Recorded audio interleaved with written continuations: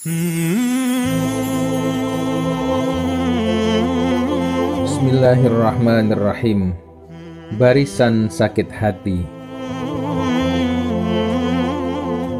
Kadang kita membenci seseorang bukan karena berurusan dengan orang tersebut, namun semata-mata hanya karena mendengar teman, keluarga, atau kadang orang lain di pinggiran jalan yang menceritakan tentang keburukan orang tersebut. Akhirnya kita ikut benci pada sosok itu, padahal sama sekali kita tidak pernah berurusan langsung dengan sosok yang kita benci itu. Sekali lagi, hanya karena mendengar ocehan orang lain. Celakanya lagi, orang yang bercerita itu juga hanya mendengar cerita dari orang lain. Wow, akhirnya kita masuk dalam barisan sakit hati itu. Wal'iyadzubillah. Wa ainur ridho an kulli aibin kalilah kama anna ainas sukhti tubdil masawiyah. Bila mata memandang dengan cinta, maka semua nampak baiknya. Sebagaimana bila mata memandang dengan benci, segalanya hanya nampak buruknya.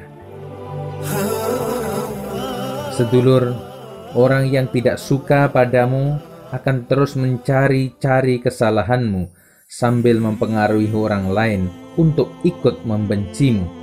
Di dunia ini, sebaik apapun dirimu, akan ada saja orang yang membencimu, bukan karena kamu berlaku jahat pada mereka, tapi karena mereka iri dengan apapun yang ada padamu. Percayalah, satu orang yang membencimu tanpa alasan yang jelas, Allah akan gantikan dengan puluhan atau lebih orang-orang yang menyayangimu. Nggak usah khawatir bila ada yang membencimu. Khawatirlah ketika Anda membenci orang lain, karena itu berarti hati kita mulai kotor. Inilah beberapa hal yang sebaiknya dilakukan saat dibenci. Pertama, tersenyum tulus.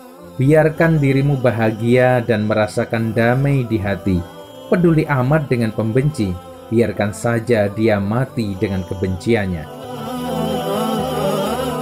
Kedua, mulailah menyapanya. Itulah kualitas diri yang sejati. Bila direspon baik, hatimu lega.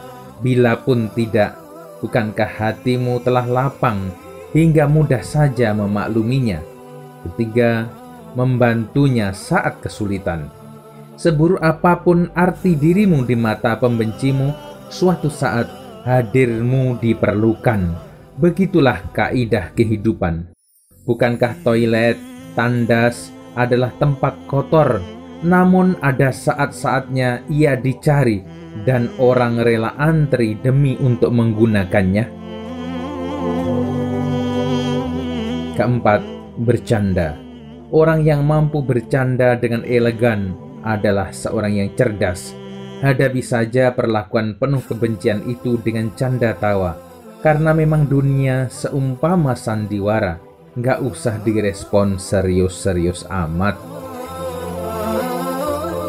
Kelima, jangan baper, terlalu hanyut dalam perasaan. Bila ternyata orang tersebut masih membencimu, nggak usah disimpan ucapan-ucapan yang menyakitkan itu. Itu adalah racun, buang saja ke tempat sampah. Jangan sekali-kali disimpan di hati. Yang keenam, tetap jadilah orang baik, yaitu dengan tidak membalas benci dengan benci. Bila kamu dibenci, lalu kamu juga membencinya, apa bedanya dirimu dengan dia? Doakan agar dia hidup bahagia, sejahtera, dan berkelimpahan. Itulah bukti nyata bahwa dirimu memang beda. Ingatlah, orang yang membencimu akan selalu punya hati dan cara untuk membencimu, sedang orang yang mencintaimu akan selalu bisa membersamaimu, karena yang mencintaimu selalu mencari cara agar bisa melihat kebaikan-kebaikanmu semata. Cukuplah setitik api membakar daun-daun kering itu. Cukuplah tetesan hujan menyuburkan tanaman. Bukankah Allah selalu memaklumimu, padahal berkali-kali kesalahan dan dosa kita berbuat? Namun, Ia sangat gembira tiap kali kita kembali kepadanya dengan rasa sesal dan memohon keampunan, walau melakukannya lagi dan lagi-lagi. Ia membuka tangannya menerima kembalinya si hamba pendosa.